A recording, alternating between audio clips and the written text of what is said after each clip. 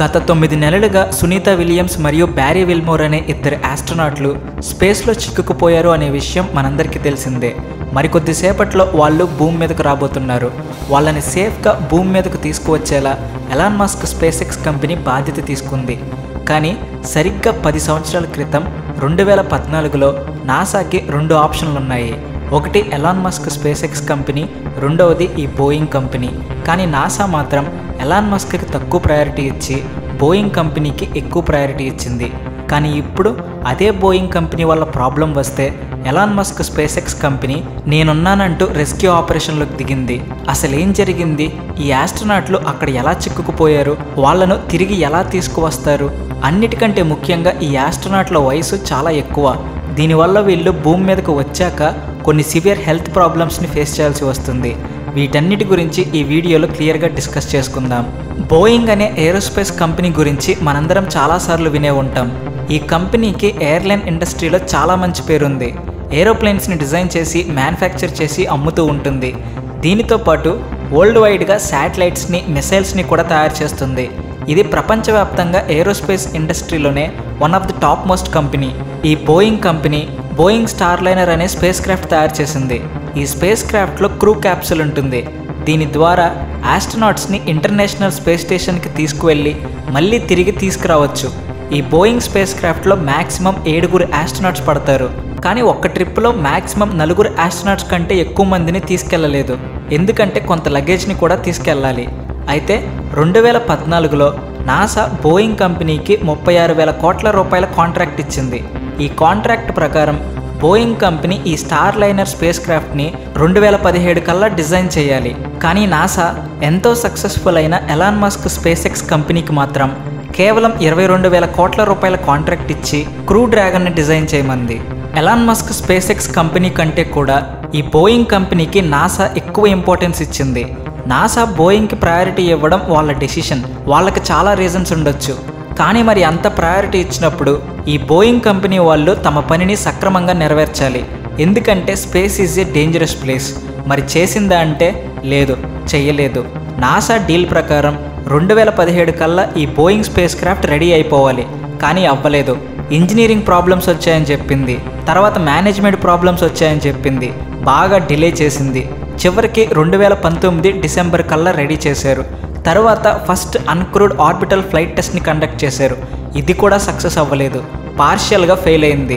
మే 2022న ఇంకొక flight test conduct చేశారు. ఇది సక్సెస్ అయింది. ఇది అయ్యాక జూన్ 2024లో క్రూ ఫ్లైట్ టెస్ట్ కండక్ట్ చేశారు.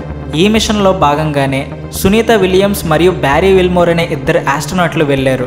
ఆ టెస్ట్లో భాగంగానే ఈ Boeing spacecraft international space స్టేషన్కి చేరుకుని డాక్ అయింది. ఈ ఇద్దరు ఆస్ట్రోనాట్లు స్పేస్ స్టేషన్లోకి వెళ్ళిపోయారు. అందులో 8 రోజులు ఉండి జూన్ 14న తిరిగి ఈ బోయింగ్ స్పేస్ క్రాఫ్ట్లోనే భూమి మీదకు రావాలి. కానీ ఈ Boeing spacecraft international space స్టేషన్కి చేరుకునే టైంలోనే దాని థ్రస్టర్స్ సరిగ్గా పనిచేయలేదు. మాల్ ఫంక్షన్ వచ్చింది. బోయింగ్ స్పేస్ క్రాఫ్ట్కి ఉండే ప్రొపల్షన్ సిస్టమ్ ట్యాంక్స్లో నుంచి హీలియం లీక్ అయిపోయింది. ఈ హీలియం లీక్ అయితే థ్రస్టర్స్ అనేవి పనిచేయవు. అసలు ఈ మిషన్ లాంచ్ చేయకముందే ఆ స్పేస్ క్రాఫ్ట్లో హీలియం లీక్ని గుర్తించారు. కానీ అది చాలా చిన్న ప్రాబ్లమే, మేనేజ్ చేయొచ్చులే అని నాసా అండ్ బోయింగ్ అనుకున్నారు. అలా అనుకునే ఈ మిషన్ని లాంచ్ చేసేశారు. మిషన్ని లాంచ్ చేశాక సర్వీస్ మాడ్యూల్లో చాలా చోట్ల నుంచి హీలియం లీక్ అవ్వడం మొదలైంది. దీనివల్ల మిషన్ చాలా కాంప్లికేట్ అయిపోయింది. ఈ ఆస్ట్రోనాట్లు ఆ ప్రాబ్లమ్ని సాల్వ్ చేసి తిరిగి వద్దామనుకున్నారు. కానీ ఆ ప్రాబ్లం సాల్వ్ అవ్వలేదు. అలా 2 నెలలు గడిచిపోయాయి. చివరికి నాసా ఈ ఆస్ట్రోనాట్స్ని అందులో తిరిగి రావద్దు అని చెప్పింది. ఎందుకంటే అది చాలా రిస్కీ, ప్రాణాలు పోయే ప్రమాదం ఉంది. చేసేదేమీ లేక ఆ స్పేస్ క్రాఫ్ట్ ఖాళీగానే సెప్టెంబర్ 7, 2024న తిరిగి వచ్చేసింది. సునీత విలియమ్స్ మరియు విల్మోర్ తెలివిగా ఏం చేశారంటే ఆ స్పేస్ క్రాఫ్ట్ ఎలాగో ఖాళీగా వెళ్తుంది, ఒక్క ట్రిప్కే చాలా ఫ్యూయల్ని ఖర్చు చేస్తున్నాం, ఎందుకు ఖాళీగా వెళ్ళడమని అందులో స్పేస్ స్టేషన్లో ఉన్న చెత్త అంతా వేశారు. ఆ చెత్త తీసుకుని బోయింగ్ స్పేస్ క్రాఫ్ట్ వచ్చేసింది. అప్పటి నుంచి కూడా ఈ ఇద్దరు ఆస్ట్రోనాట్లు స్పేస్ స్టేషన్లోనే ఉండిపోయారు. అనుకోని సిచ్యువేషన్ వల్ల Boeing space craft mall function కారణంగా ఇప్పటి వరకు అక్కడే ఉండిపోయారు. ఇప్పుడు వీళ్ళిద్దరినీ కూడా తిరిగి భూమి మీదకు తీసుకొచ్చే బాధ్యత Elon Musk SpaceX company తీసుకుంది. స్పేస్ ఎక్స్ కంపెనీ నుంచి స్పేస్ ఎక్స్ క్రూ9 అనే స్పేస్ క్రాఫ్ట్లో 2 ఆస్ట్రోనాట్స్ వెళ్ళారు. 9 months నుంచి అక్కడే ఉండిపోయిన సునీత విలియమ్స్ని, బ్యారీ విల్మోర్ని కలుపుకుని మొత్తం ఈ 4 ఆస్ట్రోనాట్స్తో ఆ స్పేస్ క్రాఫ్ట్ భూమి మీదకు తిరిగి రావాలి.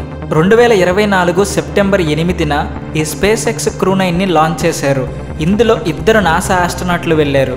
ఈ మిషన్ డ్యూరేషన్ 170 రోజులు. ఈ మిషన్ అయ్యే వరకు సునీత విలియమ్స్ మరియు విల్మోర్ అక్కడే ఉండాలి. వాళ్ళకి మరొక ఆప్షన్ లేదు. ఈ SpaceX crew nine international space స్టేషన్తో 29th సెప్టెంబర్న సక్సెస్ఫుల్గా డాక్ అయింది. ISSలోని హార్మనీ ఫార్వర్డ్ అనే పోర్టుతో డాక్ అయింది. అక్కడ 34 రోజులు గడిపింది. తర్వాత వేరే పోర్టుకి ఇది షిఫ్ట్ అయింది. ఈసారి హార్మనీ జెనిత్ అనే పోర్టుతో డాక్ అయింది. ఇక్కడ మరొక 134 రోజులు గడిపారు. మిషన్ పూర్తిగా కంప్లీట్ అయిపోయింది.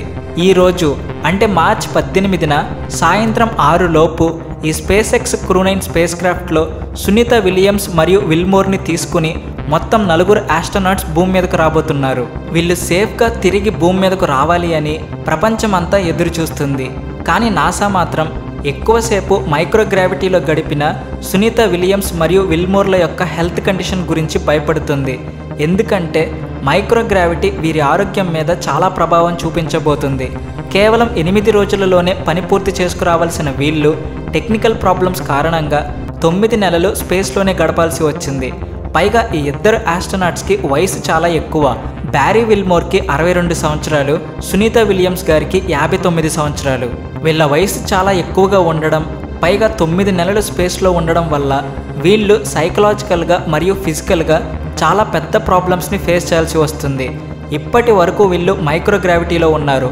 భూమి మీదకి తిరిగి వచ్చాక వాళ్ళ బాడీలు మన భూమి గ్రావిటీకి అంత ఈజీగా అలవాటు పడలేవు. అలా అలవాటు పడడానికి కొన్ని నెలలు పైనే పట్టొచ్చు. మనం భూమిపైన ఉంటున్నప్పుడు మన శరీరంలోని కండరాలు బరువును కలిగి ఉంటాయి. కానీ అదే మన శరీరం స్పేస్లోకి వెళ్ళినప్పుడు అక్కడ గ్రావిటీ చాలా చాలా తక్కువ కాబట్టి ఆ కండరాలు బరువు ఉండవు. ఈ కారణంగా ఈ 2 ఆస్ట్రోనాట్ల యొక్క కండరాలు క్షీణించిపోతాయి. ముఖ్యంగా కాళ్ళల్లో ఉన్న మజిల్స్, బ్యాక్ అండ్ నెక్లో ఉన్న మజిల్స్ క్షీణించిపోతాయి. ఇందువల్ల విపరీతమైన నొప్పిని భరించాలి. వాళ్ళు సరిగ్గా నిలబడలేరు, నడవలేరు, సరిగ్గా బ్యాలెన్స్ కూడా అవ్వలేరు. అంతేకాదు స్పేస్లో ఉన్నప్పుడు ప్రతి నెలకి వాళ్ళ ఎముకలలో 1% మాస్ని కోల్పోతారు. అంటే వీళ్ళు 9 నెలలు ఉన్నారు కాబట్టి వాళ్ళ ఎముకలలో 9% మాస్ని కోల్పోయారు. పైగా 2 కూడా ఆల్మోస్ట్ 60 సంవత్సరాల వయసు గలవారు. ఇలా ఎముకలలో మాస్ని కోల్పోవడం వల్ల వాళ్ళకి లోపల ఫ్రాక్చర్స్ అవుతాయి, బాగా బలహీనమైపోతారు. మన శరీరం భూమి మీద ఉన్నప్పుడు అది దానంతట అదే బ్యాలెన్స్ చేసుకుంటుంది. ఎవరైనా మనల్ని తోసినా నెట్టినా సరే మనం వెంటనే బ్యాలెన్స్ చేసుకుని పడకుండా మన బాడీ రియాక్ట్ అవుతుంది. కానీ స్పేస్లో ఈ బ్యాలెన్స్ ఉండదు. బాడీ మొత్తం బ్యాలెన్స్ అనేది మర్చిపోతుంది. స్పేస్లో మనం మైక్రోగ్రావిటీలో తేలుతూ ఉంటాం. బ్యాలెన్స్ అనే విషయాన్ని బ్రెయిన్ గుర్తించలేదు. దీని కారణంగా వీళ్ళు భూమి మీదకు వచ్చాక బ్యాలెన్స్ అనేది కోల్పోతారు. కళ్ళు తిరుగుతున్నట్టుంటుంది, తిక్కగా ఉంటుంది. వాళ్ళకి ప్రపంచం మొత్తం తిరుగుతున్నట్టు అనిపిస్తుంది. వాళ్ళు ఒక రంగుల రత్నంలో ఉన్నట్టు ఫీల్ అవుతుంటారు. దీనివల్ల విపరీతమైన మోషన్ సిక్నెస్ ఫీల్ అవుతారు. మనలో కూడా కొంతమంది ట్రావెల్ చేసేటప్పుడు ఈ మోషన్ సిక్నెస్ని అనుభవిస్తుంటారు. జర్నీ వాళ్ళకి పడక వామిటింగ్స్ అవుతాయి, బాగా టైర్డ్ అయిపోతారు, బాగా అన్కంఫర్టబుల్గా ఫీల్ అవుతారు. వాళ్ళ సెన్సెస్ అన్ని మిక్స్డ్ సిగ్నల్స్ని బ్రెయిన్కి పంపిస్తూ ఉంటాయి. అందుకే ఇలా జరుగుతూ ఉంటుంది. సేమ్ ఇవే ప్రాబ్లమ్స్ని రాబోయే ఆస్ట్రోనాట్స్ ఫేస్ చేస్తారు. వీళ్ళు వాళ్ళ తలని కూడా సరిగ్గా తిప్పలేరు. ఎందుకంటే వాళ్ళ బ్రెయిన్ స్పేస్కి అలవాటైపోయింది. మన భూమి గ్రావిటీ అలవాటు లేక బ్రెయిన్ ఫంక్షనింగ్ సరిగ్గా జరగదు. ఇంతేకాదు మన శరీరం స్పేస్లో ఉన్నప్పుడు మైక్రోగ్రావిటీ కారణంగా మన రక్తం పైకి ప్రవహిస్తుంది. ఎక్కువ శాతం బ్లడ్ని చెస్ట్ మరియు తల భాగాలకి షిఫ్ట్ చేస్తుంది. దీనివల్లనే స్పేస్లో వాళ్ళ ఫేస్ పఫీగా అవుతుంది, కాళ్ళు మాత్రం కుంచుకుపోతాయి. కానీ వీళ్ళు ఎప్పుడైతే భూమి మీదకు వస్తారో భూమి గ్రావిటీకి వాళ్ళ శరీరంలోని రక్తాన్ని మరియు ఇతర ఫ్లూయిడ్స్ని కిందకు వచ్చేలా చేస్తుంది. దీనివల్ల వాళ్ళ బ్లడ్ ప్రెషర్ సడన్గా తగ్గిపోతుంది. స్పేస్ ఫ్లైట్ అసోసియేటెడ్ న్యూరోక్యులర్ సిండ్రోమ్ వస్తుంది. కంటి చూపు బ్లర్ అవుతుంది. దగ్గరగా ఉన్న వస్తువుల మీద సరిగ్గా ఫోకస్ చేయలేరు, సౌండ్స్ సరిగ్గా వినలేరు, స్మెల్ని సరిగ్గా గ్రహించలేరు. ఎర్త్ గ్రావిటీకి వాళ్ళ సెన్సెస్ అన్నీ ఓవర్లోడ్ అయిపోతాయి. లైట్ ఎక్స్పోజర్ని తట్టుకోలేరు, చిన్న చిన్న పనులు కూడా చేసుకోలేరు. సో ఇలా ఇన్ని రకాలుగా వీళ్ళు ప్రాబ్లమ్స్ని ఫేస్ చేయాల్సి వస్తుంది. ఈ హెల్త్ ప్రాబ్లమ్స్ని అనుభవించాలి. ఈ ఆస్ట్రోనాట్లు ఇద్దరు భూమికి తిరిగి రావడం ఒక ఎత్తు అయితే, వాళ్ళు మళ్ళీ తిరిగి మన భూమి కండిషన్స్ని అలవాటు చేసుకోవడం మరొక ఎత్తు. స్పేస్లో వాళ్ళ జర్నీ పూర్తవ్వచ్చు, కానీ భూమి మీద మరొక కష్టమైన జర్నీ మొదలవుతుంది. చాలా ఛాలెంజెస్ ఎదుర్కోవాలి. నాసా కూడా దీనికి సిద్ధంగానే ఉంది. వాళ్ళు తిరిగి వచ్చాక కఠినమైన ఫిజికల్ ట్రైనింగ్ చేయిస్తారు. కోల్పోయిన మజిల్ని, బోన్ మాస్ని తిరిగి మొత్తం పొందేలా డైట్ చేయిస్తారు. రీహాబిలేషన్ సెంటర్లో వాళ్ళకి చేయాల్సిన అన్ని జాగ్రత్తలు చేస్తారు. మరి ఈ ఛాలెంజెస్ని వాళ్ళు ఎలా ఫేస్ చేస్తారో చూద్దాం. వీళ్ళు పెట్టే ఎఫర్ట్స్కి, చేసే హార్డ్ వర్క్ని అప్రిషియేట్ చేస్తూ వీడియోకి లైక్ కొట్టి ఇద్దరు ఆస్ట్రోనాట్స్కి కామెంట్ సెక్షన్లో వెల్కమ్ అని చెప్పండి. ఇలాంటి మరిన్ని స్పేస్ వీడియోస్ కావాలి అనుకుంటే please subscribe. Thanks for watching.